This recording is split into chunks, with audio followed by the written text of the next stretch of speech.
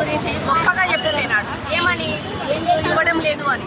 2 సంవత్సరం ఏమో అమ్మఒడి వేయలేదు, లేదన్నాడు. బస్సు లేదు, ఏమీ లేదు. అన్ని పథకాలన్నీ జీరో. ఏమంటే జగన్మోహన్ రెడ్డితో పాటు ఛాలెంజ్ చేశాడు. ఏమని పట్టణెత్తుతాడు ముసలోళ్ళకి అన్నాడు. నువ్వు ముసలోనివే పట్టణాన్ని వస్తే జనాలకు వేయాలి కదా. ఆ పట్టణ వస్తే లేకున్నావు మాట